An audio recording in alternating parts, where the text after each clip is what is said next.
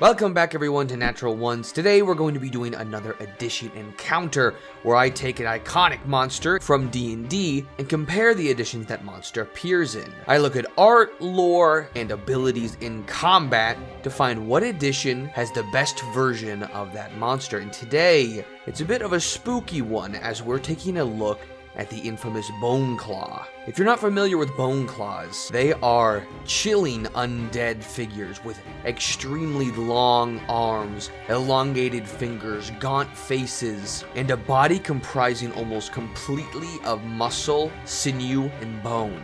They are all undead, though depending on the edition, their origins are different. And Boneclaws are actually an interesting subject to start on, as the name Boneclaw appears in 2nd edition first. But it is not the Boneclaw that I just described. Instead, it is a type of a Bozrog, a medium animal on the smaller side that kind of looks like a very large bug. And the most fierce Bozrog is a Boneclaw. A Boneclaw Bozrog is just an anomaly in their species, and it grows almost 3 times as long and weighs almost 700 pounds as opposed to the 40 to 60 pounds a normal Bozrog weighs. These Bozrog also appear in 3rd edition, but they decided to repurpose the name Boneclaw for a bit more of a featured monster in the 3rd monster manual, appearing in 3.5 edition, where we first get a look at the Boneclaw we know today. First, let's go over the lore and description that 3rd edition gives it. It describes them as bloodthirsty undead that enjoy using their extendable claws to bring death to the living. The lore of the undead does not reveal what dark necromancer's laboratory or fell netherplane Boneclaws entered the world. Perhaps they merely evolved from lesser forms. Describes it as an intelligent skeletal undead that possesses exceptional control over the length of its claws. And at will, a Boneclaw can extend 1 or 2 of its finger claws out to a distance of 20 feet, neatly skewering fleshy creatures that stand in the way. It does go over their lore a little bit and describes their combat, which is stealthy until it likes to drop in on its enemies, but keeping with the range that is conducive to the Boneclaw's fighting, which can be up to 20 feet away. These things are extremely dangerous, but their origins are unknown.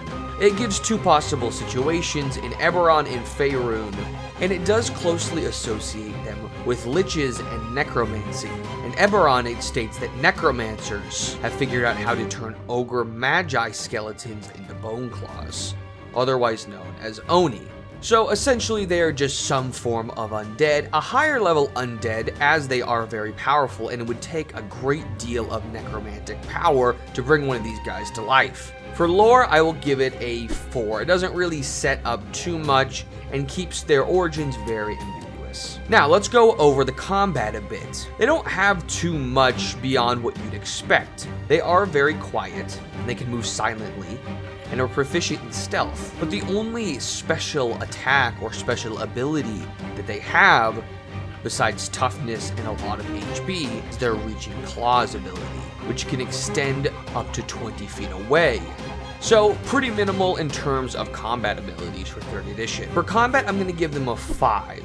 I know that they only have 1 reaching claws ability, and besides that they don't have an extensive kit, but the fact that it does have a style and the skills to accomplish the fighting style that they set out, which is stealthy, getting the drop on enemies, and then extending these claws within their own melee range. So by no means anything special, but the idea of a well thought out combat plan with the abilities to support it, I think, is there. As for the art in 3rd edition is done very well. It's exactly what I think a Boneclaw should look like. Some sort of robes that are tattered almost like a lich, and a very strong emphasis on its arms. The hands and fingers are exactly what I imagine when I think of Boneclaw, and I really like its menacing expression. And to rate that art, I'm going to give the art a 7 out of 10. Really good style and a great start overall, bringing the total score to a 16. This might seem low for a creature that I like so much, but I do think that's just because I know that D&D can and has done better. So getting on to the next editions, hopefully we see improvements upon this good base. Alright, getting directly into 4th edition, we see a very similar description, that they are magically constructed undead built to hunt and slay the living. It claims that liches, death priests of Orcus, Shadarkai necromancers, and other vile individuals use them as guards and agents. It still describes their claws as skewer-like and describes their ability to contract and extend.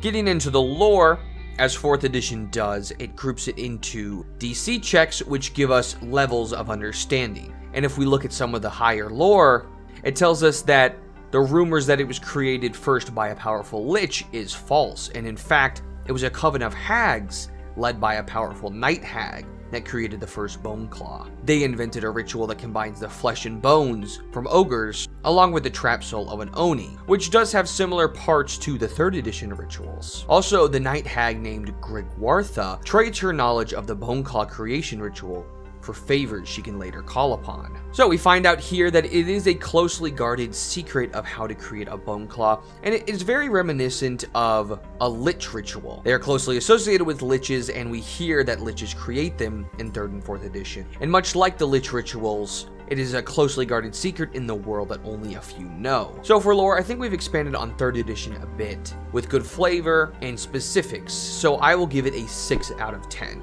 It still doesn't have anything extremely interesting to me. They do just place it as another undead that a necromancer can create, like a skeleton or a zombie or ghouls. Getting into the combat, it is pretty bare bones. It has similar tactics to 3rd edition, but it does touch on a point that I think is interesting, in that its reach is not only good to keep its own distance, but it's great to discourage enemies from fleeing, adding another layer of horror to these things. Once they pounce on you and impale you with their claws, they can use their threatening reach ability to make opportunity attacks against anyone fleeing within 3 squares of it. It also gives it relentless opportunist, where once it hits with an opportunity attack, it can make another opportunity attack against the same target during the current turn. So instead of this extra long reach that it can get every once in a while from 3rd edition, we give it another opportunity attack and a very long reach for those opportunity attacks, putting the emphasis on this get over here aspect of it almost being impossible to flee these guys. And finally, we get kind of an odd ability called Necrotic Pulse.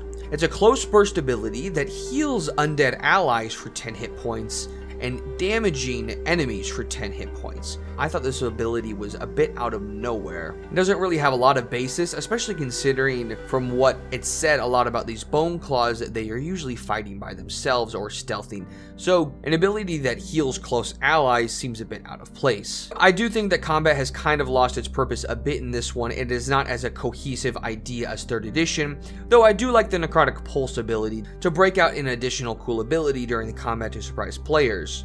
And I like the addition of the extra opportunity attack, again surprising players if they ever decide to start running away. Overall, I think it took a bit away and gave it a bit, so we're going to keep the score the same at 5. And finally getting into the art of 4th edition, which if you've ever seen an edition encounter, is usually my favorite art, and this one does not fail to impress. The art is very similar to 3rd edition, almost innovating on nothing. The exact same tattered clothing in the exact same spots on its body, the same sinewy muscle outer skeleton that just looks like the skin is removed from a humanoid, but the expression in this one is absolutely terrifying. It took a very similar face from 3rd edition with the same horns on its head, the same red eyes, and the same long teeth and lipless smile, and I think really improved on it. I mean, I don't think any of the ideas in this one about the art are better, but just the execution to me seems a lot cooler and very menacing. If one of these things approached me in a D&D game, I would be terrified.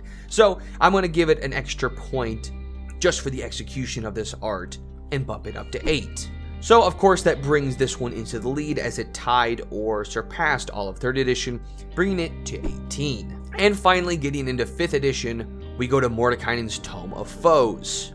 5th edition takes the biggest turn out of the 3, and says that a Boneclaw could be a wizard who tried to become a lich, but failed during the process of becoming a lich. It says that these hideous cackling undead share a few of the lich's attributes, but where liches are immortal masters of the arcane, Boneclaws are slaves to darkness, hatred, and pain. It even goes into depth about the transformation ritual that liches go through. And when the lich transfers its own soul over to the phylactery, if the wizard is too physically or magically weak to compel the soul into the prison, the soul instead seeks out a new master, a humanoid within a few miles who has an unusually hate-filled heart. The soul bonds itself to the foul essence it finds in that person, and the Boneclaw becomes forever enslaved to its new master's wishes and subconscious whims.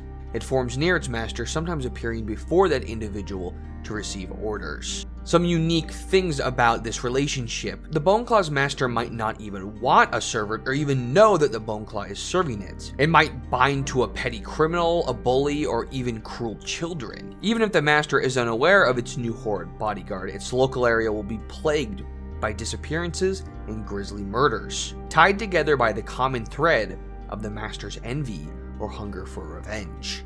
It says that Boneclaws delight in murder, and nothing pleases them more than causing horrific pain. They lurk like spiders in shadowy recesses, waiting for victims to approach within reach of their long, bony limbs. Once speared, a creature is pulled into the darkness to be sliced apart, or teleported elsewhere to be tortured to death. I may be biased, but I think that this is by far the coolest lore of all three. I think it still fits in with the theme of you could create a lich, and hypothetically, you could create a Boneclaw, and a lich or a necromancer could abuse this phenomenon of Boneclaws and create some, and as long as they're the only person in the area, or at least the most evil person in the area, the Boneclaw would be bound to them.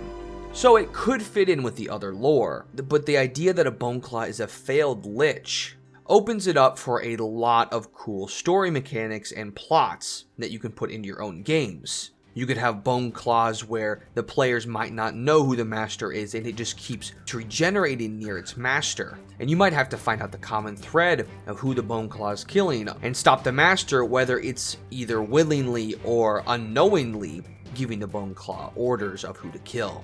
I also just think that it gives more context to the process of becoming a lich, and gives the Boneclaw itself a bit more personality. Instead of being an undead thrall, it was a wizard or other such spellcaster that now is consumed and obsessed with murder and torture. Now, if you can't tell, I like this one a lot. I'm going to be giving it a 9 out of 10. That might seem high, but I think that for a monster manual, this is about the perfect to give DMs inspiration and background to make Boneclaws a compelling part of their world, but not so much bogged down with names that they need to be set in any one of these settings to have a Boneclaw in their world. Getting into the combat, obviously it has the rejuvenation ability where if a Boneclaw is destroyed, it gains a new body in 1d10 hours within 1 mile of its master. Also, it has some stealth abilities and shadow stealth where it can hide as a bonus action. And getting into some of the more combat focused abilities, it has piercing claw and shadow jump. Piercing Claw is a reach of 15, so it approaches the 20 feet that 3rd edition gives it. But instead of just piercing the creature, it can also pull it up in one swift movement after inflicting a lot of damage 10 feet towards itself, instantly grappling the target.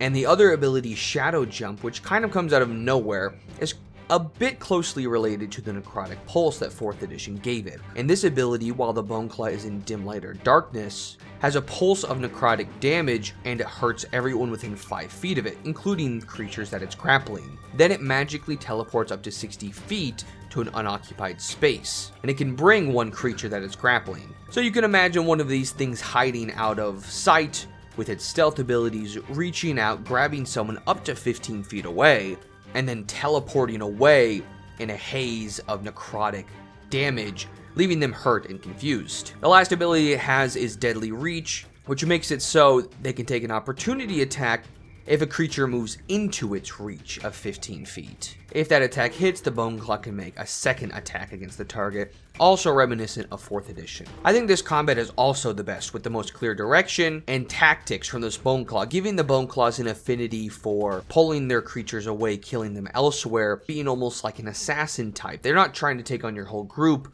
but they may take one member 60 feet away to easily kill, or even torture. I think it takes all of the best abilities presented by 3rd and 4th edition and makes it into one cohesive monster. I'm going to also give this combat the highest with an 8 out of 10. It is now 5th edition's Race to Lose, and getting into the artwork, I think it is very similar to the others. We see an appearance almost exactly like the other two, with almost a pained expression as the Boneclaw's mouth is wide open.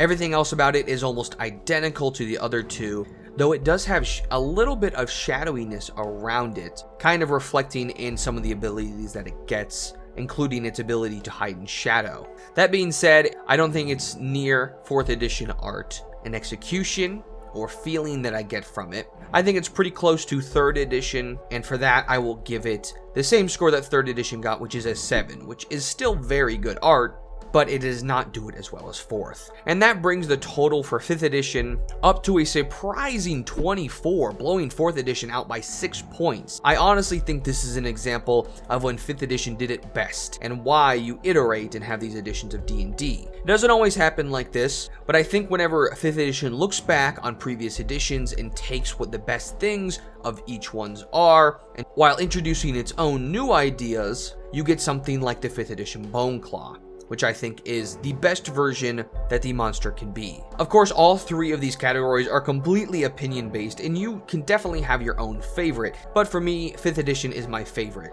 and that's the monster that will most closely resemble the Boneclaw that I run in my personal games.